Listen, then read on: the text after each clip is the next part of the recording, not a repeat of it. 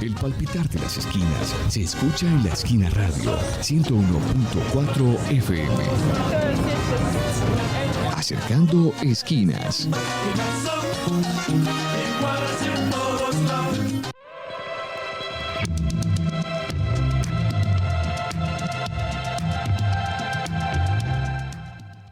Bueno, buenas tardes, bienvenidos a nuestro programa Acercando Esquinas, una apuesta que tenemos desde la Asociación Palco y la Corporación Región, en la que venimos conversando desde hace un par de meses sobre el ordenamiento territorial en la ciudad de Medellín y pues por supuesto sobre la planeación del territorio, cómo eso nos implica a la ciudadanía, cómo nos afecta. Si hemos pensado por dónde se están trazando las vías, por qué hay taco, dónde vamos a vivir, bueno, como todo este tipo de preguntas que nos atraviesan de manera cotidiana y que están enmarcadas en la planeación de nuestro territorio y por eso estamos trayendo esta conversación a sus casas y por supuesto estamos invitando cada semana a distintas personas a conversar sobre estos temas. Mi nombre es Elizabeth Aristizábal, hago parte de la Corporación Región y hoy estamos entonces por la FM 101.4 y también en el canal de YouTube de la Corporación, así que les invitamos a seguirnos y a conectarse con el programa. Tenemos el día de hoy un tema, hablando pues precisamente de este ordenamiento territorial, queremos hablar de las tensiones, cuáles son esos puntos críticos que se generan o que se han pues como generado históricamente al hablar del ordenamiento territorial en Medellín, que además en programas anteriores decíamos viene consolidando año tras año, o más bien plan de ordenamiento tras plan de ordenamiento, una idea de modelo de ciudad que también ha generado algunas beneficios, sí, económicos tal vez, pero también algunos costos para distintas poblaciones de nuestro territorio y por eso tenemos acá a Mateo. Mateo hace parte de El Armadillo y ahorita les voy a pedir que se presenten. El Armadillo es un periódico, un medio de comunicación, que viene realizando unas investigaciones a profundidad muy interesantes sobre temas en Medellín, el departamento, y pues Mateo viene conversando con varias personas y organizaciones sobre este tema, entonces nos interesa mucho conversar contigo. Bienvenido, Mateo. Elisa, buenas tardes y para los oyentes, muchas gracias por la invitación y bueno, felices de estar acá y de poner este tema en la conversación pública y aportar, digamos, nuestra mirada también desde lo periodístico a un tema de ciudad que seguramente va a ser recurrente en los próximos meses. Bueno, y también tenemos a Fernando Zapata. Fernando hace parte de la Corporación Región. Él trabaja con nosotros en la corporación y desde hace mucho tiempo ha integrado otros movimientos. Bueno, ahorita Fernando también nos va a contar un poquito más sobre la experiencia que ha tenido trabajando estos temas. Actualmente hace parte, pues como les decía, de Región y coordina un proyecto que se relaciona mucho con este tema, Derecho a la Ciudad y al Territorio. Fer, bienvenido. Gracias, Eli, Mateo, compas de La Esquina Radio. Y a quienes nos escuchan, pues buenas tardes. Yo soy Fernando Zapata. Tengo más de 18 años de experiencia en trabajo con organizaciones sociales y comunitarias. Buena parte de ese tiempo trabajando sobre este tema. Además también docente universitario sobre temas relacionados con derecho a la ciudad. Y adicionalmente, pues como lo decía Eli, hoy coordino un equipo de trabajo en la Corporación Región, trabajando derecho a la ciudad y al territorio. Bueno, y llegado pues nuestro tercer invitado, Dani, ¿cierto? Dani Granda. Entraste quedando, Dani. Estamos haciendo precisamente como una primera presentación de quienes estamos hoy acá. Dani entonces nos acompaña, él es asesor jurídico y coordinador del Plan de Ordenamiento Territorial en Medellín, hace parte de la Dirección de Planeación y en este punto pues queremos ofrecerles disculpas como a las personas que nos están oyendo y que nos están viendo, porque nosotros desde la Corporación Región, y esto nos parece súper importante, tenemos una política interna de no realizar ninguna conversación pública en la que no hayan voces de las mujeres, porque nos parece muy importante que la ciudad, el territorio también se piense, y bueno, tantos otros temas, desde las vocerías de las mujeres que han aportado mucho. En este caso habíamos invitado pues a la subdirectora de planeación, que se me olvida el nombre, tú ahorita me ayudas con eso, pero la doctora Marta no pudo llegar por temas de agenda. Entonces, bueno, viene Dani, que también sabe, conoce muy bien el tema, pero les queremos entonces ofrecer disculpas porque no está bien que sigamos teniendo espacios en donde las mujeres no tengamos pues como la participación, y como yo vengo de moderadora, entonces no es lo mismo. Con estas disculpas, entonces ahora sí, pues ya Fernando se nos adelantó un poquito, pero les voy a pedir que nos presentemos. Esto es un programa, como les decía ahorita Dani, estamos llegando a las casas de las personas en distintos barrios de Medellín, y saliéndonos de lo técnico y de los títulos, quiénes somos y por qué estamos acá conversando sobre estos temas de ciudad que nos interesan. Entonces, bueno, Mateo, ¿quieres arrancar? Bueno, yo soy Mateo Izaza, soy periodista, hago parte del Armadillo, que es un medio de comunicación independiente que está a punto de cumplir 4 años y hace investigación de temas de Medellín y Antioquia.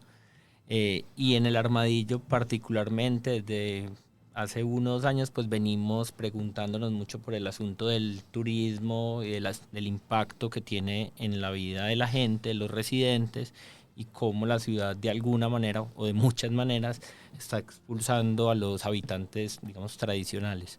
Y como parte de esas preguntas, de esas investigaciones, hemos llegado al asunto del plan de ordenamiento territorial, y queremos como también identificar esas tensiones, esos poderes en disputa, bueno, esos modelos de ciudad que se imponen o no, y ponerlo también en la conversación pública. Un poco por eso la idea de estar acá, también de trabajar periodísticamente ese tema. Soy también profe universitario, soy docente en Bolivariana, y bueno, por eso también como la idea de estar acá y acompañarlos. Gracias, Mateo. Pero ¿tú quieres agregar algo más? No, que les cantaba. Listo. Y Dani, ahora sí, bienvenido y preséntate un poco. Hola, muchas gracias por la invitación. Mi nombre es Dani Granda Jaramillo, yo soy abogado de la Universidad de Antioquia, habitante de esta ciudad desde muy niño, ¿cierto? Yo nací en un pueblo cercano. Yo en la universidad empecé a trabajar, mi trabajo de grado giró en torno a la informalidad en la tenencia de la tierra. Mi primer trabajo tuvo que ver con un proceso de ocupación informal en un asentamiento de la Universidad de Antioquia en su sede en Puerto Berrío. Y a partir de ahí yo empecé un trabajo académico, hice mi maestría, bueno, empecé a estudiar en estos temas, y todo esto me fue llevando también a la docencia en temas de derecho urbano, ordenamiento territorial, que eso es lo que he hecho en la Universidad de Antioquia, en EAFID, en los últimos 15 años. También trabajo en posgrado en otras universidades en estos temas ya más especializados de la relación entre el derecho y el territorio, que ha sido básicamente mi ámbito. Ya laboralmente, más allá de la docencia, he estado vinculado a estos ejercicios de planeación en municipios, particularmente en Medellín y en Envigado en los últimos 10 años, en las oficinas de planeación. Y ese proceso, esa experiencia ya más orgánica, más cotidiana del día a día del ordenamiento del territorio, ya hoy en día el último rol que estoy desempeñando es la coordinación general del proceso de revisión del plan de ordenamiento de Medellín, ¿cierto? Obviamente bajo la coordinación de mis jefes, que en este caso son 2 mujeres muy valiosas, ellas que ojalá hubieran podido estar acá, que seguramente más adelante van a estar, que son la directora de planeación, Luz Ángela González, y la subdirectora de planeación territorial, que es Marta Isabel Ramírez, que seguramente le hubiera encantado estar acá, sino que las agendas del proceso son muy complejas. Justamente por eso estábamos también saliendo a la carrera, pero siempre vamos a tener más espacios para hablar. Estamos en un momento muy apropiado del proceso para tener más conversaciones. Perfecto, maravilloso. Vamos a llegar justamente al tema de cómo participa la ciudadanía en este proceso de planeación del territorio. Pero entonces les quiero pedir que empecemos como a conversar. Yo les decía hace un momento que el ordenamiento territorial, pues si bien parece un asunto técnico, una de las cosas que hemos venido conversando y que creo que hemos aprendido algunos territorios, sobre todo a las malas, es que también tiene que ver con decisiones políticas, también tiene que ver con unos enfoques y unas miradas de cómo se entiende el territorio, y entonces el ordenamiento territorial en Medellín ha tenido tensiones. Si bien, digamos, ha sido reconocido internacionalmente, creo, pero también queremos preguntar quiénes han reconocido ese ordenamiento, digamos, desde qué miradas. Entonces, quiero arrancar por ahí. ¿Cuáles han sido las tensiones que ustedes han identificado alrededor del tema del ordenamiento territorial? Temas problemáticos, relaciones con algunos sectores. ¿Qué es lo que se ha discutido sobre el ordenamiento territorial en Medellín? Fernando, te pido que arranques. Me tiro al charco primero. Te tires al charco. Pues yo creo que hay muchas cosas polémicas con el ordenamiento territorial, sin desconocer también que hay algunos avances en discusiones importantes para esta ciudad. Adicionalmente que hay que mirarlo con cuidado, porque digamos que hay algunos avances que pueden estar en la norma sin que necesariamente representen avances significativos en la realidad. Y eso es un contraste bien marcado que tiene, por ejemplo, el ordenamiento territorial en Medellín, pero también hay otros temas que se han quedado bastante cortos o que son bastante provocativos, tal como aparecen en el ordenamiento, pero que en última la puesta en práctica, digamos, siempre resulta muy cuestionable. Eso por un lado. Ejemplos de eso, el tema de vivienda. Tenemos un problema grave de vivienda en la ciudad, no es nuevo, ya lleva varios años acumulándose, pero al mismo tiempo tenemos la oportunidad de tener significativos avances que se han dado, por ejemplo, tanto en la normativa como en la institucionalidad. Tenemos un ISBIMED desde hace algunos años, desde algunas alcaldías, eso es un gran avance, pero al mismo tiempo con la aparición de ISBIMED tenemos cada vez menos soluciones inteligentes al problema de vivienda, lo cual es una contradicción evidente, que hoy nos lleva a la suma de otros problemas, ya no solamente el déficit cuantitativo y cualitativo, pues es decir, no solamente viviendas que no tienen la calidad suficiente para que una familia pueda estar a salvo, ni viviendas, digamos, ni un montón de familias que no tienen vivienda, eso se refiere a déficit cualitativo y cuantitativo, sino que además tenemos un montón de nuevos problemas que hacen que la vivienda que ya existe se dedique a otras cosas, por ejemplo, el fenómeno Airbnb, con todo lo que se haya pues, ligado a la turistificación y que esto se dedique a otros usos. Y tenemos un montón de familias, ya no solamente de clases populares, sino además de clase media, que se está viendo con muchas dificultades para acceder a vivienda, más todo lo que significa la subida de los precios, en fin, alrededor de la vivienda, tenemos un problema muy grueso, muy jodido. Pero adicional, otro ejemplo de esas cosas que sí se están implementando, que quedaron en la norma, vienen implementándose, pero que siguen siendo cuestionables, es la política pública de protección a moradores, donde hay que reconocer avances, hay que reconocer que efectivamente se pasó de la reivindicación popular a la implementación o a la incorporación en el POT, de ahí a la política pública, de ahí a la reglamentación y de ahí a la necesidad de implementarlo en diferentes proyectos. El más icónico ahora es el Metro de la 80, pero que sin embargo esas familias siguen diciendo, vení, la forma en que lo están implementando no es suficiente, no está bien. Se siguen sintiendo esas familias vulneradas, siguen sintiendo que los precios que están pagando la alcaldía por sus viviendas es muy inferior a lo que debería ser justo. Y eso nos da cuenta entonces que tenemos un montón de asuntos todavía por resolver. Eso por un lado. Por el otro, tenemos problemas estructurales muy gruesos también con el ordenamiento territorial. Y es, venga, ¿cómo se piensa toda una ciudad alrededor de cómo atendemos los problemas más graves? Y dentro de esa forma de comprender los problemas más graves, hay cosas tan paradójicas como que buena parte de la obras, proyectos, planes y demás que se han venido haciendo a partir de 2014, que es cuando está el actual ordenamiento territorial vigente, se han centrado sobre todo en zonas centrales, pues en el centro de la ciudad, un poco hacia el sur, mientras que el norte y sobre todo los barrios populares, que son los que más necesitan, se ha implementado casi nada.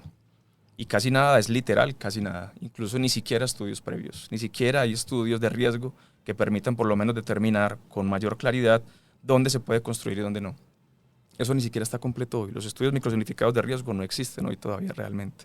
Eso nos da cuenta entonces por qué es estructural, porque es una forma también de reproducir esa desigualdad socioterritorial, esa injusticia, ¿cierto? Esa inequidad que ya teníamos desde antes y que se sigue manteniendo, aunque tenemos un instrumento que debería servir precisamente para atender eso.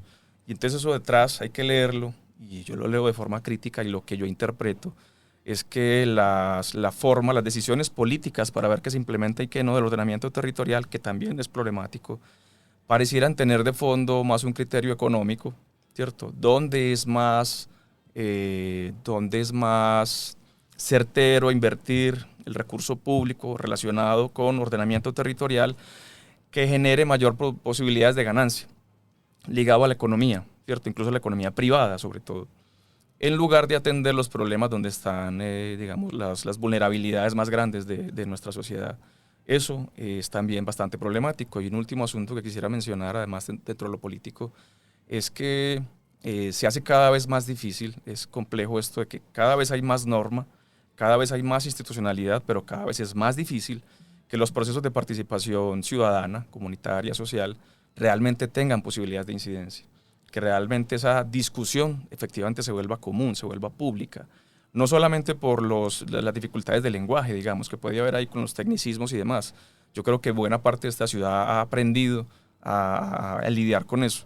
Creo que el asunto es más político, es como cada vez se va haciendo más, digamos, menos densa la conversación, menos disponibilidad del sector público, me parece a mí, para asumir esas discusiones públicas, para asumir lo que significan las posturas críticas desde sectores populares que reivindican otras cosas. En fin, yo creo que hay digamos, un ramillete de asuntos que es bastante complejo. Sí, ya hay un montón de tensiones identificadas. Ustedes han identificado también desde los lugares que representan hoy, desde el periodismo, también desde esa amplia experiencia que llevas en el sector público, otras tensiones adicionales. Bueno, sí, yo justamente por eso empecé con cómo entré en esto, ¿no? A mí me parece que la tensión más compleja de afrontar en una ciudad como Medellín es la tensión donde es la fuente de muchos problemas, y es la escasez del suelo urbanizable en una ciudad como esta, una ciudad que es cada vez más atractiva para mayor número de personas. Tenemos ya turistas que son habitantes distintos, pero tuvimos hace poco también las olas migratorias, aparte de las migraciones internas que tuvimos hace muchos años. Medellín siempre ha sido una ciudad tractora de población, desde principios de siglo. Estamos hablando de 1920 hacia acá, Medellín es ciudad tractora de población. 100 años en una dinámica donde el suelo cada vez escasea más, y la tensión más fuerte es con los dueños de ese suelo, porque en los dueños de ese suelo hay unas dinámicas de retención y especulación que hacen muy compleja cualquier política. Ahora, cuando hablamos ya de generación de viviendas, cuando hablamos sobre todo de vivienda social, la principal tensión es que es cada vez más compleja, es que el suelo que tiene la posibilidad de aportar unidades de vivienda en un número importante para esta gente que llega todos los días es cada vez más escaso, y los que lo tienen están más dispuestos a esperar que el transcurso del tiempo se traduzca en un mayor valor. Eso se llama retención improductiva o especulación. Y eso lo vemos todavía en el poquito suelo que nos queda. Entonces la principal tensión es la lucha, como siempre, la lucha por la tierra, la lucha por el suelo.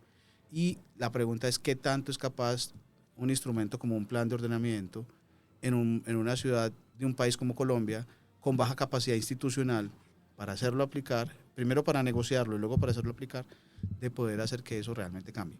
Y por eso digo que es un poco el origen de muchos problemas, porque todas esas tasas de informalidad se explican en eso, porque el suelo que queda es el suelo no urbanizable, el suelo que tiene riesgos, los retiros de quebrada, las zonas donde ya por muchas condiciones ambientales no debería expandirse la ciudad, y es donde realmente se expande informalmente. Y ahí podríamos decir que podría ser la tensión más compleja de gestionar en una ciudad como Medellín. Vale, ¿y tú, Mateo? Yo pues vengo investigando este tema, como esta discusión pública que se empieza a generar en las últimas semanas, y hablaba con varios expertos y expertas y claro, todos coinciden en una cosa que es absolutamente fáctica, y es en Medellín hay una escasez de vivienda, ¿cierto? Una escasez de oferta frente a la demanda creciente, estructural de hace varias décadas, y eso, digamos, podría ser un primer elemento como para arrancar en un consenso. Después las causas son, Fernando ahorita decía un poco, multifactoriales, desde el aumento del precio del acero después de la pandemia, bueno, hasta por lo que decía Dani de la especulación, obviamente, del poco suelo urbanizable que hay. Y hay una, digamos, podría ser una de las tensiones, o por lo menos yo la he identificado en ese ejercicio de reportería, y es que depende también desde dónde un poco opine, quién opina y qué participación haya tenido en unos procesos de organización territorial. Pues para unos el culpable era el POT del 2006, pues 2006-2008, que congeló la ciudad y un poco la blindó mucho, con, digamos, muy buena perspectiva o recibimiento desde lo comunitario y un poco más protector de algunas poblaciones. Para otros fue el del 2014, que efectivamente sí congeló la ciudad, dicen ellos. Para otros es que el POT del 2014 que está vigente no se ha podido aplicar como se debería aplicar, y que más que actualizarlo y cambiarlo, digamos, radicalmente, aunque ahora hablamos del alcance también de esta actualización, y eso es importante tenerlo en cuenta, es aplicarlo mejor, utilizar esas herramientas un poco que quedaron ahí en el papel. Entonces sí creo que hay ahí una tensión también desde diferentes narrativas de los expertos, y creo que hay una tensión adicional que se podría mencionar como en esta primera pregunta, y es también la diferencia en digamos, la normatividad, o por lo menos me lo han expresado algunas fuentes, algunas personas, entre la normatividad de Medellín y la posibilidad de Medellín de acceder al suelo y de la región, ¿cierto? Y cómo, no sé, Sabaneta, Envigado, Bello tienen mucho más suelo urbanizable, tienen políticas, digamos, menos estrictas. Eso no lo he podido yo verificar, pero habría que verlo. Pero cómo eso funciona en que, claro, la ciudad, Medellín expulsa a sus habitantes, pero la región los acoge en otro tipo de proyectos y de posibilidades inmobiliarias más atractivas para su bolsillo, o posibles para su bolsillo. Y creo que eso también hay que entenderlo ahí, el POT de Medellín, en función de la planeación de la región y de los otros 9 municipios del área metropolitana. Uh-huh. Tú te animaste, sí, querías quería decir aprovechar algo. lo que estabas diciendo en tu mismo hilo, porque también es muy interesante que lo miremos así, como un montón de narrativas. Yo estaba hablando de escasez de suelo urbanizable, pero es muy importante que nosotros todos entendamos y que la gente entienda en la casa que Medellín tiene escasez de suelo urbanizable, pero tiene suelo urbanizado y potencial de crecimiento.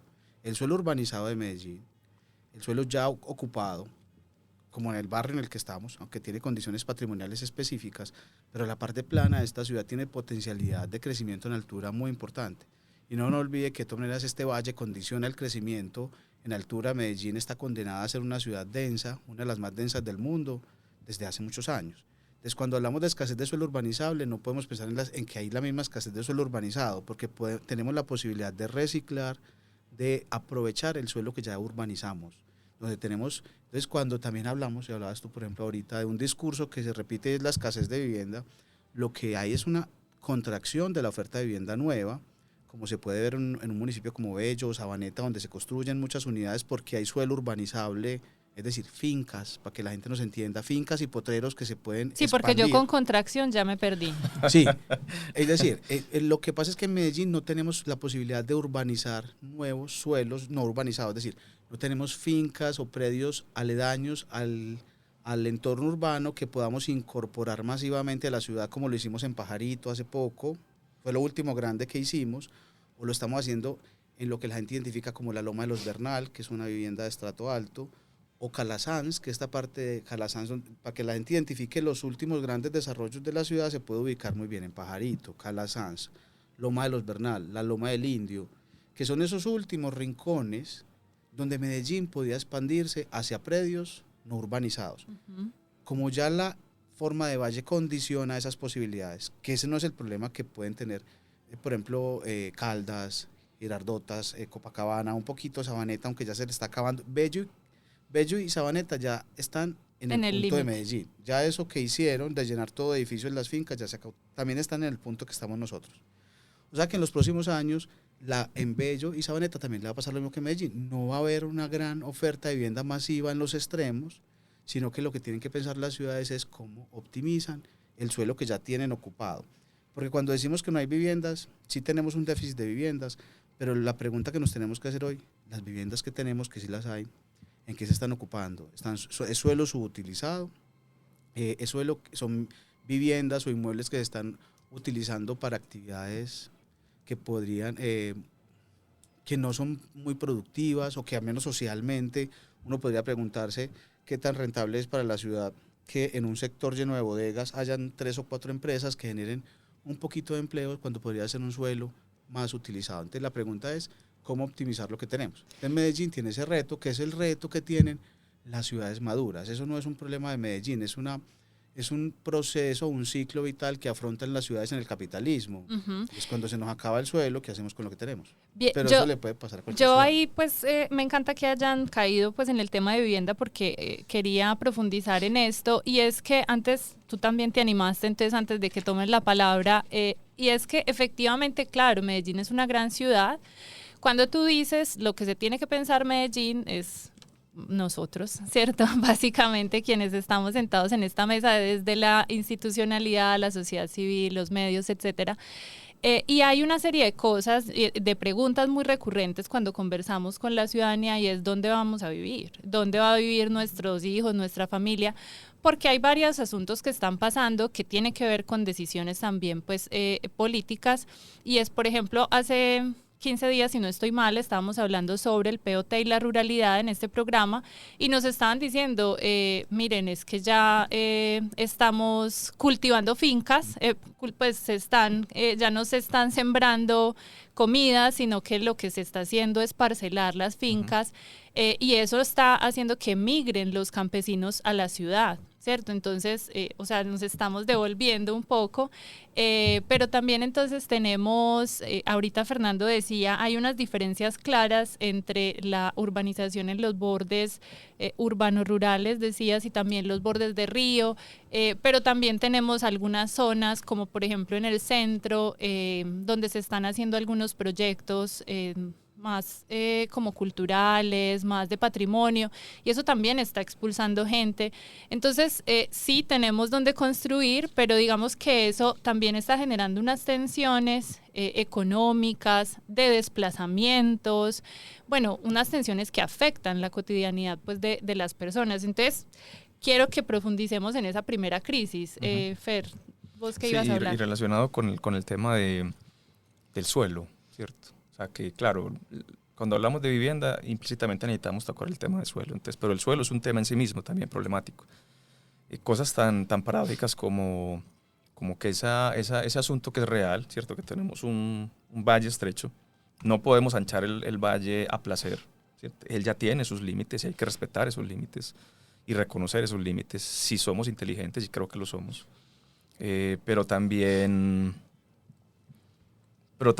el hecho de preguntarse cómo utilizamos de mejor manera esos suelos que están ahí, que son finitos, ¿cierto? Que son escasos, digamos, de alguna manera ahora, ha llevado a cosas tan paradójicas y creo yo tan criticables como entender que todo suelo que permita ser de mayor explotación se le trata de la misma manera, sin reconocer las condiciones socioeconómicas de quienes viven ahí ya. Y eso es una tragedia.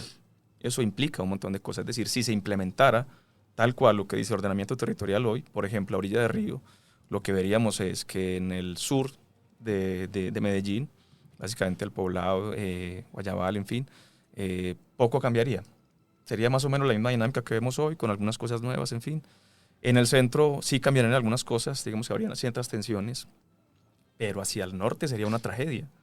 Esa renovación urbana, esos planes parciales aplicados desde Moravia y hasta el Playón de los Comuneros, en límites con Bello, implicaría un montón de asuntos muy complejos que tienen que ver con el suelo, ¿cierto? Con cómo utilizamos de mejor manera el suelo, bajo esa excusa además entonces darles la misma normativa, y eso desconoce la historia de ese territorio, quiénes habitan ahí y cómo lo han habitado. Cosas tan complejas como, por ejemplo, los títulos de propiedad. Un barrio popular autoconstruido no necesariamente reconoce de quién eran dueños. Bajo la necesidad tienen que recurrir a soluciones de vivienda y lo van construyendo sobre la marcha. Y eso hace que no necesariamente muchas de esas casas tengan título de propiedad. Si no se tiene título de propiedad, las garantías legales para que en caso de que se vaya a implementar algún tipo de proyecto público, realmente no son las mismas, no necesariamente. Protección a moradores llega de alguna manera a generar algún tipo de garantía, pero la forma en que se implementa sigue dejando todavía muchas preguntas. Con eso, puesto de esa manera, en el norte del Valle de Aburrá, esa transformación, si se diera, sería muy problemática. Entonces, un criterio técnico acertado, como la necesidad de utilizar de mejor manera el suelo, puede llevar, si se desconocen las condiciones socioeconómicas, a una tragedia social, sacando a un montón de gente de ahí, si se implementara tal cual como está, sin ofrecer mayores garantías de vivienda, ¿cierto? Por lo menos una indignidad, porque además, para acabar de ajustar, y aquí entramos en otro debate que tiene que ver con todo esto, y es que el sector constructor inmobiliario considera que las medidas que toma el ordenamiento territorial vigente para de alguna manera generar algún tipo de alternativa de vivienda para quienes ya viven ahí, vivienda de interés social, vivienda de interés prioritario, generando la imposición de un porcentaje del número de viviendas privadas que se generen, que se construyan, para que sean un poco más baratas, precisamente para esas familias, para que tengan alternativa ahí y no tengan que irse todas. El sector constructor e inmobiliario considera que eso es una restricción demasiado grande y que lo que hace es que congela el suelo, ¿cierto? Es decir, bajo un criterio económico y bajo un criterio técnico, tenemos un problema grave en el que la vivienda no se está construyendo al ritmo que se debería estar construyendo, por un lado, y por el otro, el desconocimiento de las condiciones socioeconómicas genera una tensión muy fuerte, tanto política como económica como social, que también permite generar un cuestionamiento bastante grande. Entonces yo creo que la inteligencia técnica que ha demostrado, digamos, Medellín, la institucionalidad pública, parece que no alcanza del todo para reconocer las condiciones socioeconómicas que también son fundamentales para atender y entender este problema. De lo contrario, no tendríamos mejores soluciones. Bien, por acá me están haciendo señitas que no hemos hecho una pausa, qué pena con nuestros oyentes. Les voy a invitar a que hagamos una breve pausa y que en unos momentos nos seguimos escuchando por la 101.4 FM. Ya volvemos. Cada acción tiene su reacción. En La Esquina Radio contamos todo lo que ocurre cuando haces algo bueno por tu ciudad. Cuéntanos, ¿qué es eso bueno que haces por Medellín? 305-305-1745. La Esquina Radio.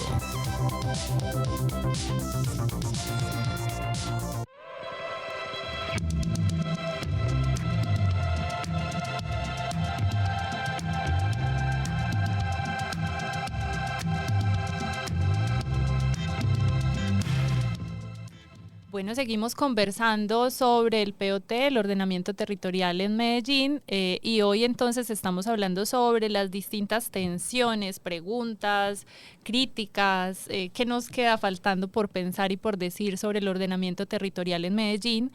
Y pues ahorita hablábamos de la vivienda, pero también hay una pregunta que me quedó en el tintero sobre otro tema que está muy de moda, que es el metro de la 80, y específicamente, pues, digamos, no me interesa que conversemos sobre el desarrollo del metro de la 80, sino que te quiero preguntar, Dani, frente a lo que decía Fernando, pues como que esto puede generar movimiento de las personas, de pronto no en las mejores condiciones.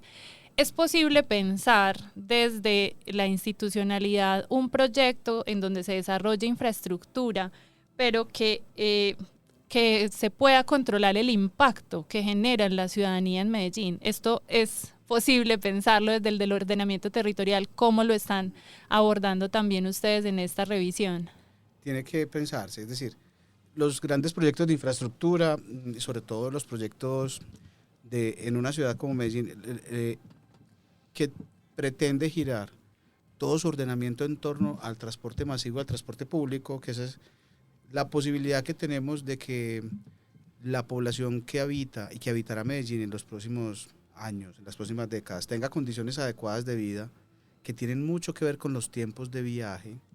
Medellín es una ciudad que ha duplicado los tiempos de viaje. Claro. En los últimos años. Pasamos de ser en los 90 éramos una ciudad de 20 minutos. Si tú le preguntas a tus abuelos, te van a decir que se demoraban de la casa al centro 20 minutos. Si tú le preguntas a tus papás, ya te dicen que son 30 minutos. Y hoy en día estamos por los 40. Entonces, la única esperanza, y eso tiene mucho que ver con vehículos, el sistema vial es muy difícil de expandir porque habría que tumbar la ciudad para hacer vías más anchas, y ninguna ciudad se toma en serio lo de construir más vías, porque el suelo no alcanza, a duras penas alcanza para las viviendas, no alcanza para vías más amplias, salvo ciertos corredores muy estratégicos como las longitudinales que ojalá algún día se hagan. Pero finalmente el transporte masivo y público colectivo es la esperanza. Entonces, ¿qué pasa? Que de todas maneras cualquier proyecto de esos tiene una afectación predial, es decir, hay que comprar unos predios. ¿Cuál es el efecto negativo de un proyecto tan benévolo como un sistema, una nueva línea del transporte masivo? Pues los efectos negativos tienen que ver con las personas que llegaron primero, ¿cierto? Las personas que estaban allí, porque el problema es que un proyecto de esto siempre valoriza el sector. Entonces, cuando el Estado dice que va a hacer un proyecto como la 80 y compra un predio para hacer una estación o para hacer el sistema, inmediatamente pues compra el suelo de valor de hoy, pero si la familia con ese dinero que le están pagando quiere quedarse a vivir en ese sector, con el mero anuncio de que se va a hacer un metro ya no le alcanza para pagar, porque esa mera expectativa, el tema es que miren que volvemos al tema de la especulación. El dueño de la tierra siempre quiere más, quiere recibir más por su predio. Entonces el hecho de que le digan que va a haber un metro siempre genera una plusvalía, que es el concepto pues, que utilizamos nosotros. Entonces la política de protección a moradores, que en eso ha sido pionero siempre Medellín, lo que busca es eso, proteger al morador con unos reconocimientos económicos adicionales al valor del inmueble. ¿Qué quiere decir? Si el Estado tiene que comprar su inmueble para un proyecto como el Metro del 80, tiene que reconocer esos asuntos que en un avalúo no salen. Una casa en la 80 tiene un valor hoy, pero en unos años ese valor ya está muy incrementado. Es decir, tenemos incrementos de viviendas de 1.000 millones a 1.400 millones en muy poco tiempo. Entonces esa diferencia afecta es la permanencia, el derecho de permanencia del morador que se tiene que ir, porque él debería tener el derecho, se llama derecho de preferencia, de quedarse ahí. Entonces, todo lo que el Estado tiene que hacer es cómo buscar recursos para que ese proyecto se ejecute, pero sin afectar al morador. En derecho, los abogados nos lo enseñan cuando estamos empezando a estudiar derecho. El que es primero en el tiempo es primero en el derecho. Si un ciudadano estaba ahí primero, debe ser la prioridad del Estado. Ahora, ¿qué tanto una ciudad es capaz de asumir todos los costos de comprar esos predios, reconociendo todos esos incentivos económicos para no afectar al morador? Pero tiene que hacerlo. La ley 9 del 89 dijo, el Estado tiene que proteger a sus moradores en los procesos de renovación urbana. Pues genéricamente la renovación urbana, podríamos decir la regeneración urbana, es decir, cuando hay procesos de desarrollo inmobiliario de renovación, pero también cuando hay obras públicas e incluso en mejoramiento integral de barrios. Cuando un territorio se transforma, lo primero que tiene que hacer el Estado es proteger a las personas que estaban ahí primero. Esa es la protección a moradores. Eso Medellín tiene, que es lo que decías tú ahorita más temprano. La política, claro. La política y un aprendizaje que se está replicando en otras ciudades, porque Medellín, digamos que ha emprendido ese camino como más o menos sola, porque no, a nivel legislativo no hay ninguna otra norma distinta a la Constitución política y a la Ley 9 que hable de eso, sino que todo ha sido un desarrollo como con la práctica. Mateo, y uniendo este tema de que volvemos a los dueños de la tierra y al tema de las viviendas, ustedes desde el Armadillo han hecho mucho seguimiento a los temas de financiación de campañas electorales y hay una parte de la investigación que ustedes nos presentaban el año pasado en un evento público sobre la relación de la financiación de campañas con los candidatos, los contratistas, y también hay muchos señalamientos y comentarios, así como la pregunta de dónde vamos a vivir, sobre la relación y el interés de la lonja, de las constructoras, las inmobiliarias y otras empresas en este tema de la actualización del plan de ordenamiento territorial, y también se ha hablado como de la cercanía con esta administración. Desde el Armadillo, ¿qué nos pueden decir sobre esto? Pues yo creo que no es ni siquiera algo como develado o que se haya tratado de mantener oculto. Pues el alcalde Federico Gutiérrez desde campaña se reunió con Camacol, ha hablado de su intención de actualizar el POT. Ahí las normas, pues hay mucha filigrana, algunos decían que no le tocaba a esta administración, que podía, y él siempre desde campaña, hay registro obviamente, habló, y en Camacol habló de actualizar el POT y de flexibilizar la norma. Él lo llama el POT de las oportunidades, y ahí coincide mucho con el discurso de Camacol sobre que parte de esa escasez de oferta de vivienda podría resolverse con flexibilizar las normas.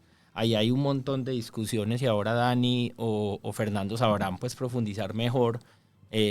No creo que sea algo tan sencillo, ¿cierto? Tendrá mucha más filigrana que esa sea una solución, solo la solución, pero él nunca, digamos, el análisis de nosotros no ha rehuido ese debate. Hay una cosa también además fáctica y es que efectivamente en la financiación legal de su campaña hubo una apuesta de empresas de desarrollo inmobiliario, coach inmobiliarios, gente que se está pensando una ciudad y unos espacios en Manila, en Provenza, en lugares con mucho desarrollo turístico, y ahí volvemos, digamos, a esa mirada más al suroriente y a la parte, digamos, de estratos más altos, y eso puede tener una incidencia también en esa apuesta, digamos, directa y de frente por actualizar el POT. Creo que ahí tiene que haber una búsqueda de un equilibrio evidente y de una equidad que resuelva parte de esos problemas estructurales que hablábamos del norte, pues del noroccidente, del nororiente, de partes del centro, y también esas otras apuestas inmobiliarias privadas y enfocadas a otro tipo de turistas, nómadas digitales y demás que puede haber en El Poblado, Guayabal, Laureles.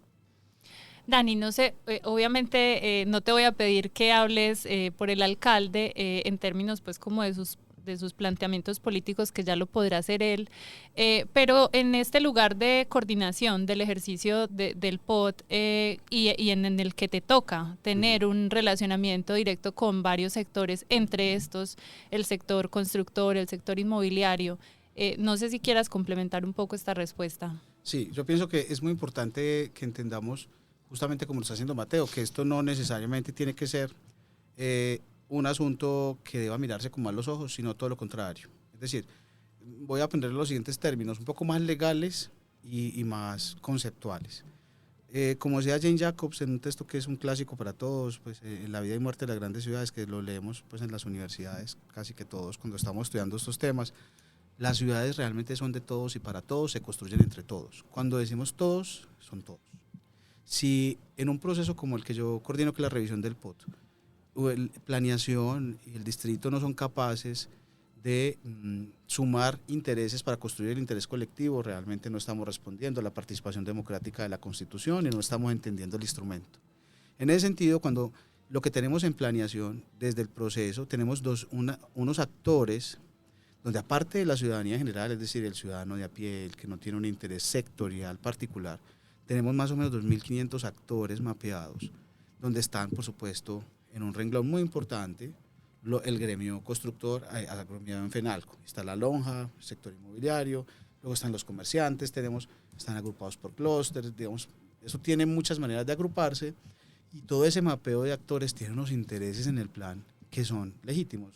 De hecho, todo lo que entendemos desde planeación es que justamente el rol de ellos es justamente defender sus intereses sectoriales y gremiales. Su interés particular es poder construir más en Medellín, visto desde su visión de negocio.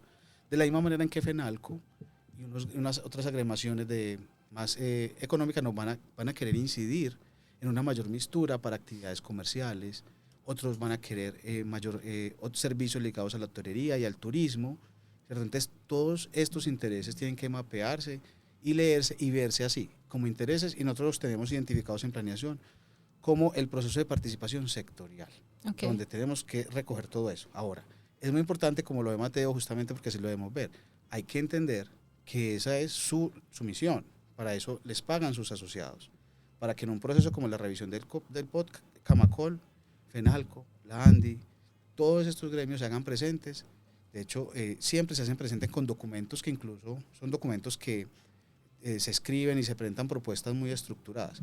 ¿Qué tiene que hacer planeación? Leerlo en su contexto. Nosotros no podemos desde planeación entender que el problema de la ciudad es un problema de que el POT tiene bloqueado la construcción y que el único rol que tiene que hacer el POT, o que el rol principal del POT, es habilitar mayores metros cuadrados, porque nosotros no, digamos, el rol de una oficina de planeación desde su POT no es habilitar la construcción en cualquier lado a cualquier costo, porque eso puede generar todo lo que decía ahorita Fernando. Entonces, si dejamos que siga imperando el desarrollo inmobiliario en sectores que no tienen esa vocación, donde tiene una vocación más hacia el mejoramiento integral, hacia la consolidación, hacia la conservación como Prado, donde estamos. Si abrimos la ciudad al apetito inmobiliario, finalmente la ciudad que el resultado puede ser perverso. Entonces lo que tenemos que es encontrar esos espacios, oportunidades para todos sus intereses. Ok, ahí en esa línea... Son viables. Hay muchas cosas que siempre pasa, hay muchas cosas que no son viables. Espérame, yo le tiro esta pregunta a Fernando y ya entonces usted mira a ver si se lanza, cómo se pega. En esa misma línea que dices, efectivamente una ciudad se construye entre todos y todas, tenemos una preocupación por la participación ciudadana, ¿cierto? Porque también es verdad que hay unos sectores que tienen más posibilidades de participación. Hace poco nos decían, y esto a mí me parece una frase tremenda, desde la plataforma de juventudes, unos chicos y nos decían, es que a veces la participación es un lujo, pues la gente no tiene tiempo, no tiene plata, no puede venir y participar. Entonces también un asunto, digamos que sería responsabilidad desde la institucionalidad, es cómo garantizamos esos espacios de participación ciudadana en esos distintos niveles que tenemos, ¿cierto? Entonces, Fer, también, pues, te quiero tirar la pregunta sobre la participación ciudadana en el POT, cómo la has visto, cuáles son pues como las preocupaciones que tenemos también en este momento, y yo no sé si Mateo se va a pegar antes o después. No, después. Dale. Bueno, hay como muchas cosas aquí en el tintero, además de la pregunta, aunque lo insistir, ahorita en la pausa decíamos, es que todas estas cosas, aunque son diferentes, se juntan, todas están de alguna manera interconectadas, y esto lo que voy a decir para arrancar por ahí es como con todo el ánimo de polemizar una afirmación que hacías ahorita, Dani, entendiendo también pues que esto es un asunto que está como en pleno debate, construcción y demás. Esto de hasta preguntarse, que hay que preguntarse hasta dónde una ciudad tiene capacidad real para asumir los costos asociados a generar garantías a las comunidades, a las familias, a los territorios que son intervenidos con proyectos públicos, y que el sector público hace ya un gran esfuerzo, no solamente por gestionar los recursos de esos proyectos, sino además por preguntarse qué hacer con esas familias. Yo creo que ahí hay un asunto muy, muy polémico, muy complejo. Y es muy complejo porque creo que si lo preguntamos así, si la ciudad tiene capacidad, yo tendría que decir que sí. Medellín tiene capacidad, y Medellín tiene capacidad, y lo digo la ciudad, porque esta es la segunda economía del país, en un país que no es necesariamente pobre. Si lo comparamos comparativamente con otros países, no es un país pobre. Tampoco es un país rico, pero no es un país pobre. Y esta es la segunda ciudad que tiene mejor economía en el país. Eso significa que hay gente que está sacando un gran provecho de la transformación de la ciudad, donde el ordenamiento territorial sí le favorece. Y eso significaría que el sector público tiene la responsabilidad, además de la obligación normativa, tendría que tener también el arrojo político para efectivamente generar condiciones que permitieran un mayor recaudo de quienes sacan mayor beneficio económico para poder de alguna manera efectivamente dar esas garantías, para tener capacidad de generar esas garantías. Y yo creo que ahí hay mucho que todavía no se está haciendo, por un lado. Por el otro, ya con la pregunta sobre la participación. Lo complicado con esto, y además también, de nuevo, con todo el ánimo de polemizar, cuando cuestionamos la participación o sobre cómo está funcionando la participación, de fondo estamos cuestionando algo muy sensible que es la democracia. Y entonces decir que hay sectores económicos, gremios, que yo creo que sobre ellos no hay un cuestionamiento directo en el sentido que efectivamente es legítimo lo que hacen. ¿Qué persigue un gremio económico en cualquier parte del mundo en el marco del capitalismo? Sus ganancias, aumentar sus ganancias, el lucro, es apenas normal, eso no tiene nada extraño, para nadie es un secreto, para eso se crean y así funcionan. El cuestionamiento es al sector público, que efectivamente debe reconocer como legítimos esos asuntos y también como legítimos esas comunidades, el resto de la población, de la ciudadanía, con la cual también tiene un montón de responsabilidades, esos intereses y reivindicaciones también son legítimos. Y tiene el hermoso lío de resolver cómo atender unos y otros, ¿cierto? Entonces, cuando sectores tienen privilegios para presentar proyectos, iniciativas, planes, para tener, digamos, una financiación directa sobre quiénes son candidatos en su momento, que luego son decisores públicos, eso ya erosiona de manera sensible la democracia. Pero donde además, si la participación ciudadana no es suficientemente bien atendida, eso termina por erosionar aún más la democracia. Entonces terminamos en un escenario muy complejo, donde tenemos una profunda desigualdad, y eso pues está medido. Medellín se debate el muy deshonroso puesto de ser con Bogotá, entre las dos ciudades más inequitativas del país, en uno de los países más inequitativos del mundo. Y eso significa que hay una gran cantidad de riqueza en el mismo lugar donde hay una gran cantidad de pobreza. Y creo que ahí el sector público es quien está llamado a tomar decisiones claves en ese sentido, y que es evidente, más allá de lo que podamos polemizar sobre quién está de alcalde de turno o no, es muy evidente que para Medellín eso no está pasando. Ok. Mateo, dale. Y les tengo una noticia y es que se nos está acabando el tiempo. Entonces, Mateo, y tengo una pregunta que nos están haciendo el público para ti y les voy a tirar una pregunta al final. Lo mío es cortico y una pregunta, bueno, un comentario y una pregunta, y es que claro, tiene mucho sentido lo que dice Fernando, porque si digamos el discurso de los gremios es flexibilizar la norma, por ejemplo, disminuir las compensaciones urbanísticas, pues eso aumenta esa inequidad, digamos, y ese entre los proyectos inmobiliarios poderosos, de gran calado y digamos esas otras, ¿cierto? Esas obligaciones. Y la pregunta es por el rol del gestor inmobiliario, ¿cierto? Que está muy asociado a lo público, pero varias personas con las que conversaba me decían, la EDU no tiene un rol tan importante en ese sentido en ese momento, y ISBIMED no, podría ser EPM, pero no lo tiene. ¿Por qué es tan complejo eso del gestor urbano y digamos el papel de lo público ahí? Cortica, pues sí, qué pena meterme ahí en las preguntas del programa, pero Usted no deja de ser periodista. Porque lo quisiera entender por qué es tan complejo. Muy bien. Bueno, por acá nos hacen una pregunta y es que se relaciona mucho con lo que estamos conversando. ¿Cuál ha sido el nivel de inversión pública para la gestión de vivienda y la infraestructura complementaria de la alcaldía de la ciudad? Pues agradecemos a las personas que nos están oyendo y nos están viendo con esta pregunta. Dani.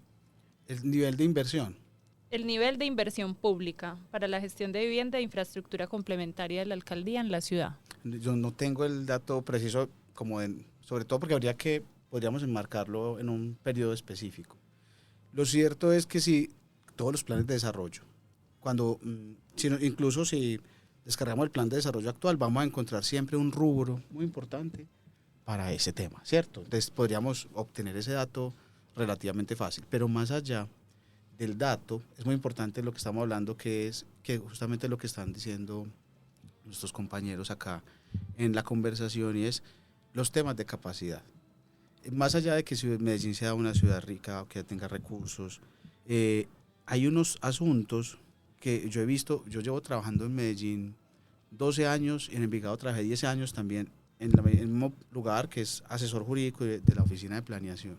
Y lo que he visto ya en este punto concreto de ejecutar un plan de desarrollo, las capacidades de gestión para concretar proyectos estratégicos, como por ejemplo un gran proyecto de vivienda social en una ciudad como Medellín, se disminuyen más allá de lo financiero y tienen que ver con capacidad operativa, por ejemplo, de un instituto como el ISBIMED, que es lo que tú estabas tocando, o la gestión del suelo. ¿Qué tan difícil es en Medellín adquirir una serie de predios que ya están ocupados, donde hay unas personas que tienen unos negocios, unos intereses, que son suelos costosos para hacer un gran proyecto? Desde que hicimos Pajarito, Medellín no hace un proyecto de interés social masivo, que fue lo último grande que hicimos, como de 7.000, 8.000 viviendas. El siguiente gran proyecto de vivienda social que queremos hacer es porque hay un predio que entró a ser propiedad del distrito, que es el predio en la Escuela Carabineros, acá yéndose al como norte. Por Zenú, sí. Como por Zenú. Es un gran predio que Eso ya es mira. Eso llegó por la Sociedad de Activos Especiales, una cosa buena. Pero si no es porque llega un gran predio a propiedad del Estado, como efectivamente llegó ese predio en Pajarito, realmente la capacidad que tiene Medellín operativa para adquirir un montón de predios ya fragmentados en muchas manos, con todo y que no nos gusta hacer expropiaciones, porque es otro tabú, otro gran tabú de la gestión en las ciudades es, si las personas no quieren vender la tierra hay que expropiarla. Pero qué tanto el tema de las expropiaciones, desde que se hizo acá la Plaza Botero hace muchos años, también fue muy demandada, muy polémica, hemos tenido casos de muchas arbitrariedades. Entonces, cuando hablamos de las capacidades, a veces ni siquiera es un tema de recursos, porque usted mira los planes de desarrollo y hay recursos. La ciudad tiene un presupuesto importante. Ya cuando entramos a la capacidad de gestión es donde ya estos grandes proyectos que son vitales para la ciudad, como un gran proyecto de interés social, un gran proyecto de transporte, se puede quedar corto, ¿cierto? Y ese es el tema donde siempre nos quedamos, ¿no? Que se vuelven... Yo les iba a hacer una última pregunta, pero ya me están diciendo que que estamos cortos. Se las voy a lanzar, además pues voy a hacer una cuñita y es que vamos a seguir conversando sobre estos temas, estamos acá cada 15 días hablando del ordenamiento territorial, pero el 28 de mayo vamos a tener un evento público al que queremos invitarles y también pues a planeación que se llama Una ciudad para quién, en donde vamos a seguir conversando sobre esto, entonces desde ya les tiro la invitación. Y es que escuchándoles, ¿será que el POT sí es suficiente para la planeación de un territorio? Ya empezar. Tienen un minuto. No, la respuesta es no es suficiente, pero por supuesto que es muy importante. Y es súper importante además que podamos confiar en que el sector público tiene que ser capaz. O sea, la respuesta, o sea, suponer que el sector público es incapaz es una gran frustración democrática. No puede ser. ¿Alguien más? ¿O nos vamos con esa respuesta? Yo quiero dejarlo en los siguientes términos. Países como Colombia y todos nuestros vecinos están llenos de grandes planes. Una cosa es planificar.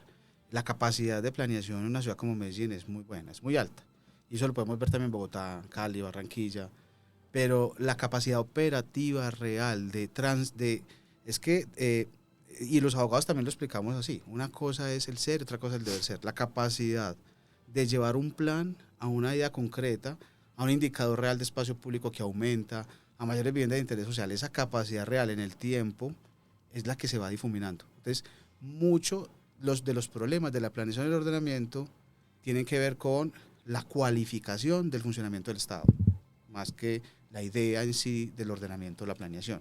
Son dos frentes de trabajo que los dos convergen. Yo creo que se podría hacer una conclusión muy preliminar, pues, de una conversación que tiene mucho de largo y ancho. Vamos a seguir conversando. Dani, Fernando, Mateo, muchas gracias por estar con nosotros. Nuevamente les ofrecemos disculpas a nuestros oyentes por no tener dentro de las personas invitadas una voz de las mujeres, además que han hecho tanto por la planeación de esta ciudad, y les esperamos dentro de 15 días para seguir conversando sobre la planeación del territorio de Medellín. Muchas gracias.